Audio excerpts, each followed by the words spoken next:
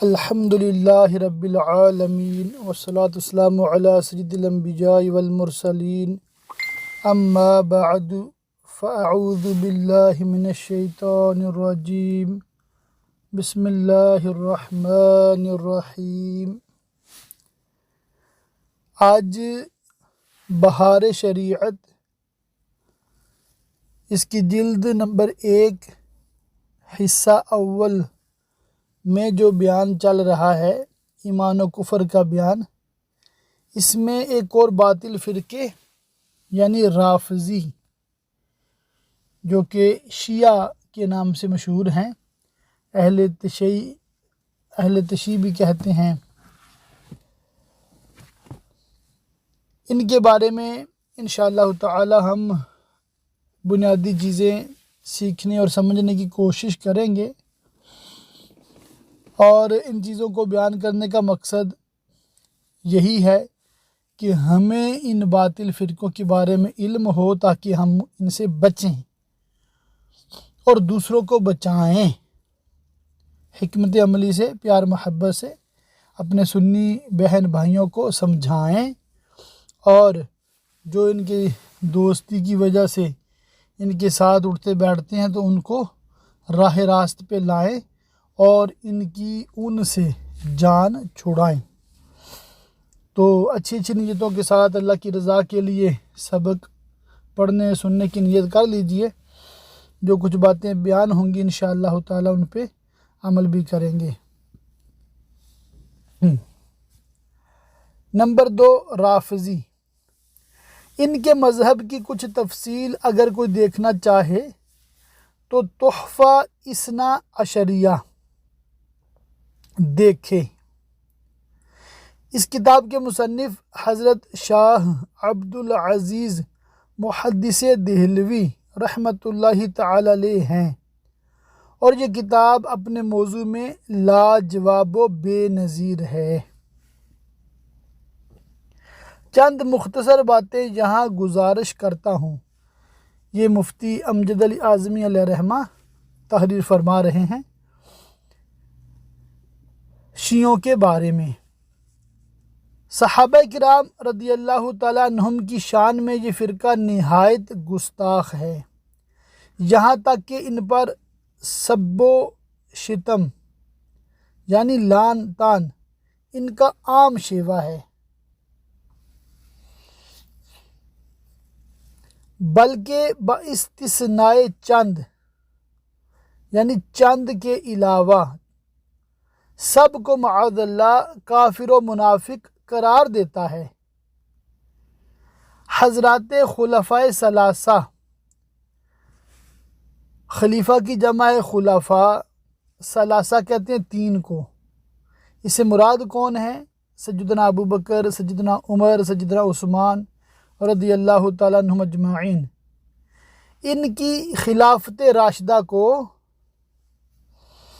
خلافت غاصبہ کہتا ہے، معاذ اللہ کہتا ہے کہ انہوں نے غصب کیا ہے، اور مولا علی رضی اللہ تعالیٰ عنہ نے جو ان حضرات کی خلافت تسلیم کی اور ان کے مدائح اور فضائل بیان کیے، مدائح یہ مدح کی جمع تعریف کرنا، اس کو تقیہ اور بزدلی پر محمول کرتا ہے، معاذ اللہ۔ کیا معاذ اللہ منافقین و کافرین کی ہاتھ پر بیعت کرنا اور عمر بھر ان کی مدح و ستائش سے رطب اللسان رہنا شیر خدا کی شان ہو سکتی ہے؟ ظاہر ہے ہرگز نہیں ہو سکتی۔ جناب علی المرتضیٰ رضی اللہ تعالیٰ عنہ کی شان، آپ کی تو شان کیا بات ہے، آپ کے بیٹے سیدنا امام حسین رضی اللہ تعالیٰ عنہ نے یزید پلید کی ہاتھ پہ بیعت نہیں کی، اپنی جان اور اپنے شہزادے، اپنے بھائی، اپنے دوست سب کی جانیں مطلب قربان کر دی، مگر یزید پلید کے ہاتھ میں اپنا ہاتھ نہیں دیا۔ اور اگر معاذ اللہ ثم معاذ اللہ خلفائے ثلاثہ ایسے ہوتے تو جناب علی المرتضیٰ رضی اللہ تعالیٰ عنہ کبھی بھی ان کی بیعت نہ کرتے، کبھی بھی ان کی تعریفیں بیان نہ کرتے، کبھی بھی ان کے فضائل بیان نہ کرتے۔ اور بدبختی ہے شیعہ کی، شیر خدا کو یہ مطلب بزدل کہہ رہے ہیں، اور محبت علی کا دعویٰ بھی ہے۔ بالکل آپ پڑھیں گے نا ان کے بارے میں، شیعہ کے بارے میں، یہ بالکل ہی عجیب غریب قوم ہے، بندہ سنا کو پاگل ہے، بالکل پاگل پرلے درجے کی۔ اللہ تعالیٰ ان کے شر سے محفوظ رکھے۔ سب سے بڑھ کر یہ کہ قرآن مجید ان کو ایسے جلیل و مقدس خطابات سے یاد فرماتا ہے، وہ ان کے اتباع کرنے والوں کی نسبت فرماتا ہے کہ اللہ ان سے راضی، وہ اللہ سے راضی۔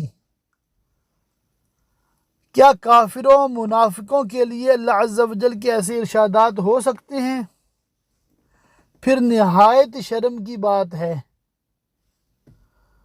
کہ مولا علی کرم اللہ تعالی وجہہ الکریم تو اپنی صاحب زادی یعنی بیٹی فاروق اعظم رضی اللہ تعالیٰ عنہ کے نکاح میں دیں، اور یہ فرقہ کہے تقیۃً ایسا کیا۔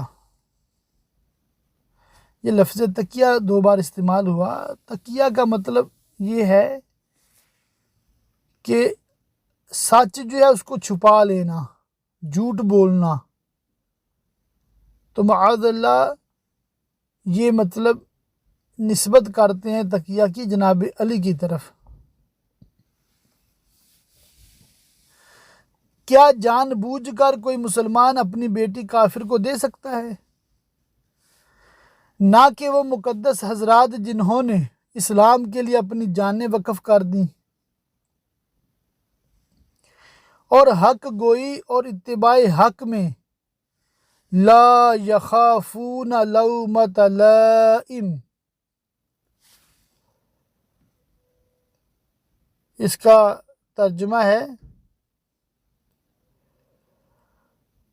وہ ملامت کرنے والے کی ملامت سے نہیں ڈرتے، یعنی وہ ملامت کرنے والے کی ملامت کا خوف نہیں کرتے۔ یہ تو ان کی شان ہے، اس کے سچے مصداق تھے۔ پھر خود حضور سید المرسلین صلی اللہ تعالی علیہ وآلہ وسلم کی 2 شہزادیاں یک کے بعد دیگرے یعنی ایک کے بعد ایک حضرت عثمان ذی النورین رضی اللہ تعالیٰ عنہ کے نکاح میں آئیں، اور صدیق و فاروق رضی اللہ تعالیٰ عنہما کی صاحب زادیاں بیٹیاں شرف زوجیت سے مشرف ہوئیں، یعنی کہ وہ نبی کریم صلی اللہ علیہ وآلہ وسلم کی بیویاں ہیں۔ جناب عائشہ ابو بکر کی بیٹی ہیں، جناب حفصہ عمر کی بیٹی ہیں رضی اللہ تعالیٰ عنہم اجمعین۔ کیا حضور صلی اللہ تعالی علیہ وآلہ وسلم کے ایسے تعلقات جن سے ہوں ان کی نسبت وہ ملعون الفاظ کوئی ادنا عقل والا ایک لمحہ کے لیے جائز رکھ سکتا ہے؟ ہرگز نہیں، ہرگز نہیں۔ اس فرقہ کا ایک عقیدہ یہ ہے کہ اللہ عز و جل پر الصلح واجب ہے، یعنی جو کام بندے کے حق میں نافع ہو اللہ عز و جل پر واجب ہے کہ وہی کرے، اسے کرنا پڑے گا۔ ایک عقیدہ یہ ہے کہ ائمہ اطہار رضی اللہ تعالیٰ عنہم انبیاء علیہ السلام سے افضل ہیں، اور یہ بالاجماع کفر ہے کہ غیر نبی کو نبی سے افضل کہنا ہے۔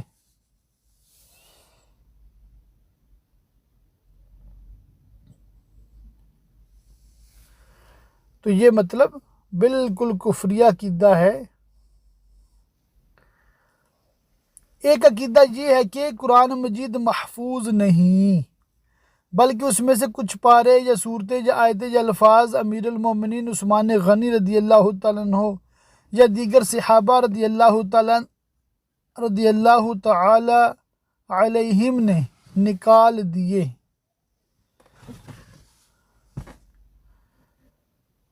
مگر تعجب ہے کہ مولا علی کرم اللہ تعالی وجہہ نے بھی اسے ناقص ہی چھوڑا، اور یہ عقیدہ بھی بالاجماع کفر ہے کہ قرآن مجید کا انکار ہے۔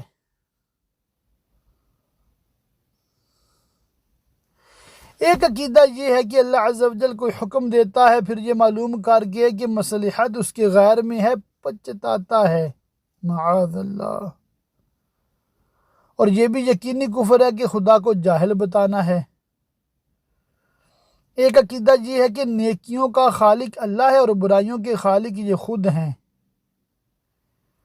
مجوس نے یعنی آتش پرست جو لوگ تھے، آگ کی پوجا کرنے والے، انہوں نے دو ہی خالق مانے تھے، یزدان خالق خیر، اہرمن خالق شر۔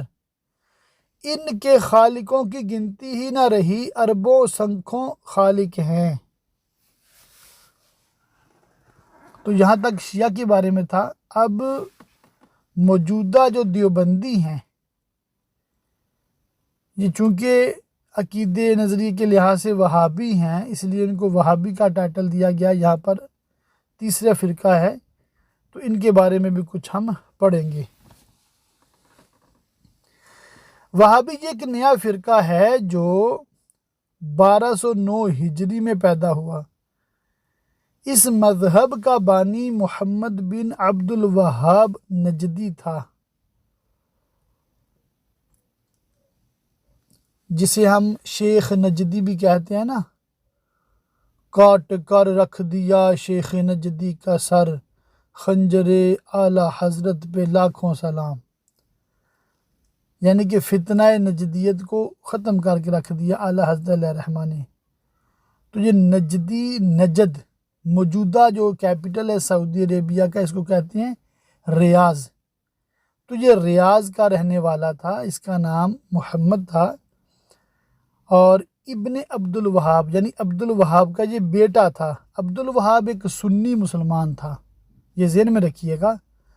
عبد الوہاب سنی مسلمان تھا، اس کا یہ بیٹا بدبخت ہوا، اور اس نے مطلب ابن عبد الوہاب جو ہے شیخ نجدی، یہ آپ ذہن میں رکھیں، شیخ نجدی، اس نے یہ فتنہ وہابیت کا شروع کیا، جس نے تمام عرب خصوصاً حرمین شریفین میں بہت شدید فتنے پھیلائے، علماء کو قتل کیا۔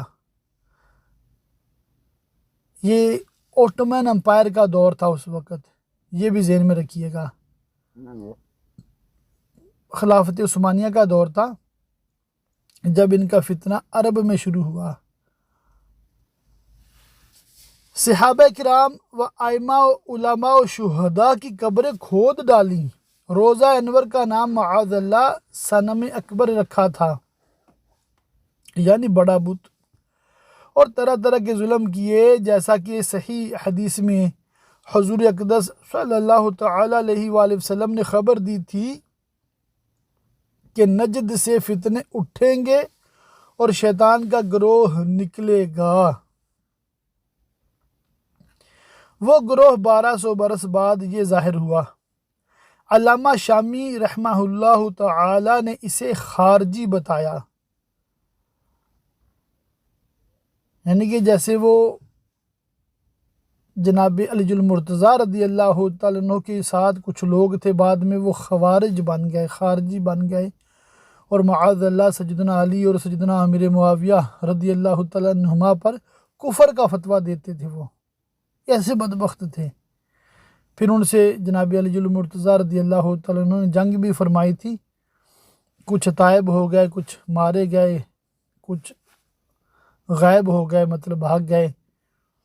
تو یہ علامہ شامی رحمہ اللہ تعالیٰ نے ان وہابیوں کو بھی خارجی قرار دیا۔ اس عبد الوہاب کے بیٹے نے ایک کتاب لکھی جس کا نام کتاب التوحید رکھا۔ اس کا ترجمہ ہندوستان میں اسماعیل دہلوی نے کیا، جس کا نام تقویت الایمان رکھا، اور ہندوستان میں اسی نے وہابیت پھیلائی۔ ان وہابیہ کا ایک بہت بڑا عقیدہ یہ ہے کہ جو ان کے مذہب پر نہ ہو وہ کافر مشرک ہے۔ یہی وجہ ہے کہ بات بات پر محض بلا وجہ مسلمانوں پر حکم شرک و کفر لگایا کرتے اور تمام دنیا کو مشرک بتاتے ہیں۔ چنانچہ تقویۃ الایمان صفحہ 45 میں وہ حدیث لکھ کر کے آخر زمانہ میں اللہ تعالیٰ ایک ہوا بھیجے گا جو ساری دنیا سے مسلمانوں کو اٹھا لے گی۔ اس کے بعد صاف لکھ دیا، سو پیغمبر خدا کے فرمانے کے موافق ہوا، یعنی وہ ہوا چل گئی اور کوئی مسلمان روئے زمین پر نہ رہا۔ یہ انہوں نے لکھا، مگر یہ نہ سمجھا کہ اس صورت میں خود بھی تو کافر ہو گیا۔ وہابی جو بھی ہوگا نا، آپ ذہن میں رکھیے گا، کم عقل ہوگا، کھر دماغ ہوگا، موٹی عقل کا ہوگا اور ضدی فسادی ہوگا۔ اس مذہب کا رکن اعظم اللہ عز و جل کی توہین اور محبوبان خدا کی تذلیل ہے۔ ہر امر میں وہی پہلو اختیار کریں گے جس سے منکست نکلتی ہو، نقص نکلتا ہو۔ اس مذہب کے سرگروہوں کے بعض اقوال نقل کرنا مناسب معلوم ہوتا ہے کہ ہمارے عوام بھائی ان کی قلبی خباثتوں پر مطلع ہوں اور ان کے دام تزویر سے بچیں اور ان کے جبہ و دستار پر نہ جائیں۔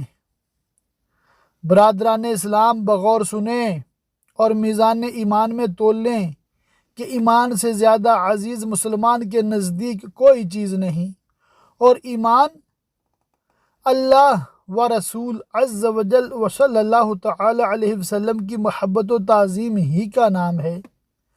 ایمان کے ساتھ جس میں جتنے فضائل پائے جائیں وہ اسی قدر زیادہ فضیلت رکھتا ہے، اور ایمان نہیں تو مسلمانوں کے نزدیک وہ کچھ وقعت نہیں رکھتا، اگرچہ کتنا ہی بڑا عالم و زاہد و تارک الدنیا وغیرہ بنتا ہو۔ مقصود یہ ہے کہ ان کے مولوی اور عالم فاضل ہونے کی وجہ سے انہیں تم اپنا پیشوا نہ سمجھو، جبکہ وہ اللہ اور رسول عز و جل و صلی اللہ تعالی علیہ وآلہ وسلم کے دشمن ہیں۔ کیا یہود و نصارہ بلکہ ہنود میں بھی ان کے مذہب کی عالم یا تارک الدنیا نہیں ہوتے؟ کیا تم ان کو اپنا پیشوا تسلیم کر سکتے ہو؟ ہرگز نہیں۔ اسی طرح یہ لا مذہب و بد مذہب تمہارے کسی طرح مقتدا نہیں ہو سکتے۔ آگے حوالے دیے ہیں ایضاح الحق کتاب کا، اس کا ترجمہ ہے نیچے۔ اس میں صاف تصریح ہے کہ اللہ تعالیٰ کو زمان و مکان و جہت سے پاک جاننا اور اس کا دیدار بلا کیف ماننا بدعت و گمراہی ہے، حالانکہ یہ تمام اہل سنت کا عقیدہ ہے۔ ہمارا کیا عقیدہ ہے؟ کہ اللہ تعالیٰ زمان سے، مکان سے، جہت سے پاک ہے۔ اور یہ وہابی کیا کہتے ہیں کہ معاذ اللہ یہ بدعت و گمراہی والا عقیدہ ہے۔ تو اس قائل نے تمام پیشوا یعنی اہل سنت کو گمراہ و بدعتی بتایا۔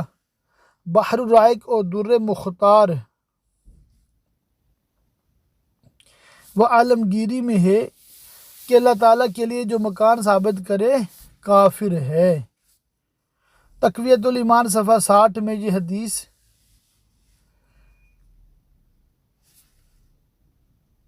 نقل کر کے ترجمہ کیا کہ بھلا خیال تو کر جو تو گزرے میری قبر پر کیا سجدہ کرے تو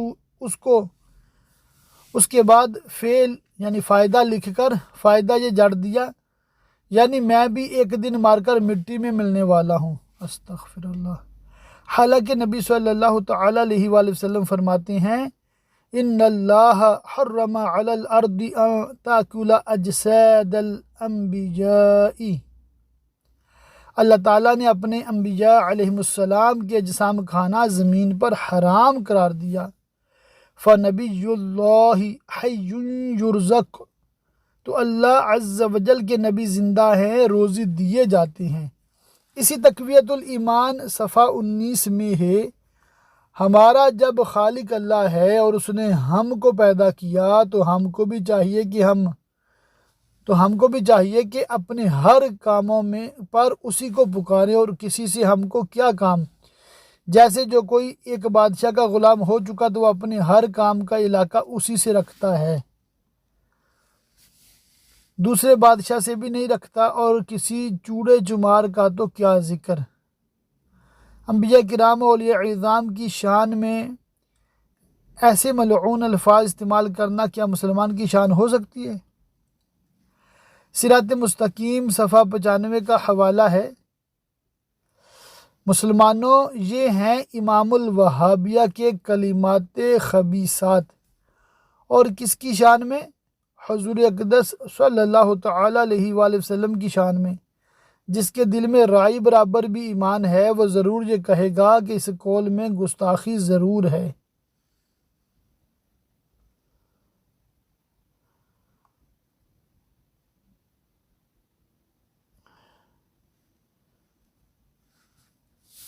تقویت الایمان صفحہ 10 پہ لکھا، روزی کی کشائش اور تنگی کرنا اور تندرست و بیمار کر دینا، اقبال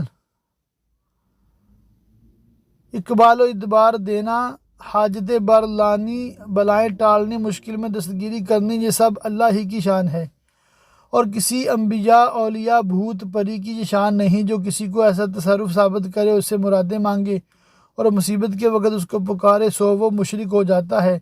پھر خواہ یوں سمجھے کہ ان کاموں کی طاقت ان کو خود بخود ہے، خواہ یوں سمجھے کہ اللہ نے ان کو قدرت بخشی ہے، ہر طرح شرک ہے، یہ وہابی کہتے ہیں۔ حالانکہ قرآن مجید میں ہے اغناہم اللہ ورسولہ من فضلہ، ان کو اللہ اور رسول اللہ نے غنی کر دیا اپنے فضل سے۔ قرآن تو کہتا ہے کہ نبی صلی اللہ تعالیٰ علیہ وسلم نے دولت مند کر دیا، اور یہ کہتا ہے جو کسی کو ایسا تصرف ثابت کرے مشرک ہے، تو اس کے طور پر قرآن مجید شرک کی تعلیم دیتا ہے۔ قرآن عظیم میں ارشاد ہوا وَتُبْرِئُ الْأَكْمَحَ وَالْأَبْرَصَ بِإِذْنِي، اے عیسیٰ تو میرے حکم سے مادرزاد اندھے اور سفید داغ والے کو اچھا کر دیتا ہے۔ اور دوسری جگہ ہے وَأُبْرِئُ الْأَكْمَحَ وَالْأَبْرَصَ وَأُحْيِي الْمَوْتَى بِإِذْنِ اللَّهِ، عیسیٰ علیہ السلام فرماتے ہیں میں اچھا کرتا ہوں مادرزاد اندھے اور سفید داغ والے کو، اور مردوں کو جلا دیتا ہوں، زندہ کرتا ہوں اللہ کے حکم سے۔ اب قرآن کا تو یہ حکم ہے، اور وہابیہ یہ کہتے ہیں کہ تندرست کرنا اللہ عز و جل ہی کی شان ہے، جو کسی کو ایسا تصرف ثابت کرے مشرک ہے۔ اب وہابی بتائیں کہ اللہ تعالیٰ نے ایسا تصرف حضرت عیسیٰ علیہ السلام کے لیے ثابت کیا تو اس پر کیا حکم لگاتے ہیں؟ اور لطف یہ ہے کہ اللہ عز و جل نے اگر ان کو قدرت بخشی ہے، جب بھی شرک ہے تو معلوم نہیں کہ ان کے یہاں اسلام کس چیز کا نام ہے۔ تقویت الایمان صفحہ 11 پر ہے، گرد و پیش کے جنگل کا ادب کرنا، یعنی وہاں شکار نہ کرنا، درخت نہ کاٹنا، یہ کام اللہ نے اپنی عبادت کے لیے بتائے ہیں۔ پھر جو کوئی کسی پیغمبر یا بھوت کے مکانوں کے گرد و پیش کے جنگل کا ادب کرے اس پر شرک ثابت ہے، خواہ یوں سمجھے کہ جی آپ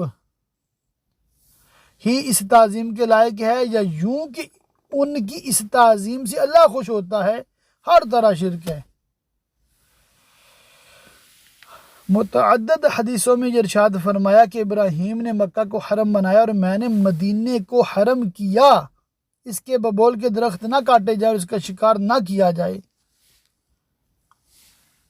مسلمانوں، ایمان سے دیکھنا کہ اس شرک فروش یعنی شرک بیچنے والے کا شرک کہاں تک پہنچتا ہے۔ تم نے دیکھا اس گستاخ نے نبی صلی اللہ تعالیٰ علیہ وآلہ وسلم پر کیا حکم جڑا۔ تقویت الایمان صفحہ 8 پر ہے، پیغمبر خدا کے وقت میں کافر بھی اپنے بتوں کو اللہ کے برابر نہیں جانتے تھے، بلکہ اسی کا مخلوق اور اس کا بندہ سمجھتے تھے، اور ان کو اس کے مقابل کی طاقت ثابت نہیں کرتے تھے مگر یہی پکارنا اور منتیں ماننی اور نظر و نیاز کرنی اور ان کو اپنا وکیل و سفارشی سمجھنا، یہی ان کا کفر و شرک تھا۔ سو جو کوئی کسی سے یہ معاملہ کرے گو کہ اس کو اللہ کا بندہ و مخلوق ہی سمجھے، سو ابو جہل اور وہ شرک میں برابر ہے۔ یعنی نبی صلی اللہ تعالیٰ علیہ وآلہ وسلم کی شفاعت مانے کہ حضور صلی اللہ تعالیٰ علیہ وآلہ وسلم اللہ عز و جل کے دربار میں ہماری سفارش فرمائیں گے تو معاذ اللہ اس کے نزدیک وہ ابو جہل کے برابر مشرک ہے۔ مسئلہ شفاعت کا صرف انکار ہی نہیں بلکہ اس کو شرک ثابت کیا، اور تمام مسلمانوں، صحابہ و تابعین، ائمہ دین، اولیاء و صالحین سب کو مشرک و ابو جہل بنا دیا، معاذ اللہ۔ تقویۃ الایمان صفحہ 58 پر ہے، کوئی شخص کہے فلانے درخت میں کتنے پتے ہیں یا آسمان میں کتنے تارے ہیں، تو اس کے جواب میں یہ نہ کہے کہ اللہ اور رسول ہی جانے، کیونکہ غیب کی بات اللہ ہی جانتا ہے، رسول کو کیا خبر۔ سبحان اللہ، خدا اسی کا نام رہ گیا کہ کسی پیڑ کے پتے کی تعداد جان لی جائے۔ تقویۃ الایمان صفحہ 7، اللہ صاحب نے کسی کو عالم میں تصرف کرنے کی قدرت نہیں دی۔ اب اس جملے میں انبیاء کرام کے معجزات اور اولیاء عظام کی کرامات کا صاف انکار ہے۔ اللہ تعالیٰ فرماتا ہے فَالْمُدَبِّرَاتِ أَمْرًا، قسم فرشتوں کی جو کاموں کی تدبیر کرتے ہیں، تو یہ قرآن کریم کو صاف رد کر رہا ہے۔ صفحہ 22، جس کا نام محمد یا علی ہے وہ کسی چیز کا مختار نہیں۔ استغفر اللہ۔ تعجب ہے کہ وہابی صاحب تو اپنے گھر کی تمام چیزوں کا اختیار رکھیں اور مالک ہر دو سرا صلی اللہ تعالیٰ علیہ وآلہ وسلم کسی چیز کے مختار نہیں۔ اس گروہ کا ایک مشہور عقیدہ یہ ہے کہ اللہ تعالیٰ جھوٹ بول سکتا ہے، معاذ اللہ۔ بلکہ ان کے ایک سرغنہ نے تو اپنے ایک فتوے میں لکھ دیا کہ وقوع کذب کے معنی درست ہو گئے، جو یہ کہے کہ اللہ تعالیٰ جھوٹ بول چکا، ایسے کو تذلیل و تفسیق سے مامون کرنا چاہیے۔ سبحان اللہ، خدا کو جھوٹا مانا، پھر بھی اسلام و سنیت و صلاح کسی بات میں فرق نہ آیا۔ معلوم نہیں ان لوگوں نے کس چیز کو خدا ٹھہرا لیا ہے۔ ایک عقیدہ ان کا یہ ہے کہ نبی صلی اللہ تعالیٰ علیہ وآلہ وسلم کو خاتم النبیین بمانی آخر الانبیاء نہیں مانتے، یہ صریح کفر ہے۔ چنانچہ تحذیر الناس صفحہ 2 میں ہے، عوام کے خیال میں تو رسول اللہ، یہاں انہوں نے سلام لکھا ہے حالانکہ صلی اللہ علیہ وآلہ وسلم لکھنا چاہیے تھا، کا خاتم ہونا بئی معنی ہے کہ آپ کا زمانہ انبیاء سابق کے بعد اور آپ سب میں آخر نبی ہیں، مگر اہل فہم پر روشن ہوگا کہ تقدیم یا تاخر میں، تقدم یا تاخر میں بالذات کچھ فضیلت نہیں، پھر مقام مدح میں وَلَكِنْ رَسُولَ اللَّهِ وَخَاتَمَ النَّبِيِّينَ فرمانا اس صورت میں کیوں کر صحیح ہو سکتا ہے۔ ہاں اگر اس وصف کو اوصاف مدح میں سے نہ کہیے اور اس مقام کو مقام مدح نہ قرار دیجئے تو البتہ خاتمیت باعتبار تاخر زمانی صحیح ہو سکتی ہے۔ پھر ابھی وضاحت ہے اس کی۔ پہلے تو اس قائل نے خاتم النبیین کے معنی تمام انبیاء سے زماناً متاخر ہونے کو خیال عوام کہا، اور یہ کہا کہ اہل فہم پر روشن ہے کہ اس میں بالذات کچھ فضیلت نہیں، حالانکہ حضور اقدس صلی اللہ تعالیٰ علیہ وآلہ وسلم نے خاتم النبیین کے یہی معنی بکثرت احادیث میں ارشاد فرمائے، تو معاذ اللہ اس قائل نے حضور کو عوام میں داخل کیا اور اہل فہم سے خارج کیا، پھر اس نے ختم زمانی کو مطلقاً فضیلت سے خارج کیا، حالانکہ اسی تاخر زمانی کو حضور نے مقام مدح میں ذکر فرمایا۔ پھر صفحہ 4 پر لکھا، آپ موصوف باوصف نبوت بذات ہیں اور سوا آپ کے اور نبی موصوف باوصف نبوت بالعرض۔ صفحہ 16، بلکہ بالفرض آپ کے زمانہ میں بھی کہیں اور کوئی نبی ہو، جب بھی آپ کا خاتم ہونا بدستور باقی رہتا ہے۔ صفحہ 33، بلکہ اگر بالفرض بعد زمانہ نبوی بھی کوئی نبی پیدا ہو تو بھی خاتمیت محمدی میں کچھ فرق نہ آئے گا، چاہے جائے کہ آپ کے معاصر کسی اور زمین میں، یا فرض کیجئے اسی زمین میں کوئی اور نبی تجویز کیا جائے۔ لطف یہ کہ اس قائل نے ان تمام خرافات کا ایجاد بندہ ہونا خود تسلیم کر لیا۔ صفحہ 34 پر ہے، اگر بوجہ کم التفاتی بڑوں کا فہم کسی مضمون تک نہ پہنچا تو ان کی شان میں کیا نقصان آ گیا، اور کسی طفل نادان نے کوئی ٹھکانے کی بات کہہ دی تو کیا اتنی بات سے وہ عظیم و شان ہو گیا۔ ہاں، بعد وضوح حق، اگر فقط اس وجہ سے کہ یہ بات میں نے کہی اور وہ اگلے کہہ گئے تھے میری نہ مانے اور وہ پرانی بات گائے جائیں تو قطع نظر اس کے کہ قانون محبت نبوی صلی اللہ تعالی علیہ وآلہ وسلم سے یہ بات بہت بعید ہے، ویسے بھی اپنی عقل و فہم کی خوبی پر گواہی دیتی ہے۔ یہیں سے ظاہر ہو گیا جو معنی اس نے تراشے سلف میں کہیں اس کا پتہ نہیں، اور نبی صلی اللہ تعالیٰ علیہ وآلہ وسلم کے زمانہ سے آج تک جو سب سمجھے ہوئے تھے اس کو خیال عوام بتا کر رد کر دیا کہ اس میں کچھ فضیلت نہیں۔ اس قائل پر علماء حرمین طیبین نے جو فتویٰ دیا وہ حسام الحرمین کے مطالعہ سے ظاہر، اور اس نے خود بھی اس کتاب کے صفحہ 46 میں اپنا اسلام برائے نام تسلیم کیا۔ ان نام کے مسلمانوں سے اللہ بچائے۔ تو یہ موضوع چل رہا ہے دیوبندیوں کے عقائد و نظریات کے حوالے سے۔ یہ تحذیر الناس ان کے قاسم نانوتوی کی یہ کتاب ہے جس نے یہ دارالعلوم دیوبند بنایا تھا انڈیا میں۔ دیوبند ایک شہر کا نام ہے۔ تو اللہ تعالیٰ ان کے شر سے بھی مسلمانوں کو محفوظ کرے۔ انشاءاللہ تعالیٰ بقیہ اگلے بیان میں ہم پڑھیں گے، اور پھر اگلے بیان میں پھر یہ غیر مقلد جو وہابی ہیں ان کے بارے میں بھی کچھ پڑھیں گے۔ اللہ تعالیٰ ہم سب کو اہل سنت پر استقامت دے، بد مذہبی اور بد مذہبوں سے محفوظ کرے، اور بے ادبی اور بے ادبوں سے ہمیشہ ہمیشہ ہمیں محفوظ رکھے۔ آمین۔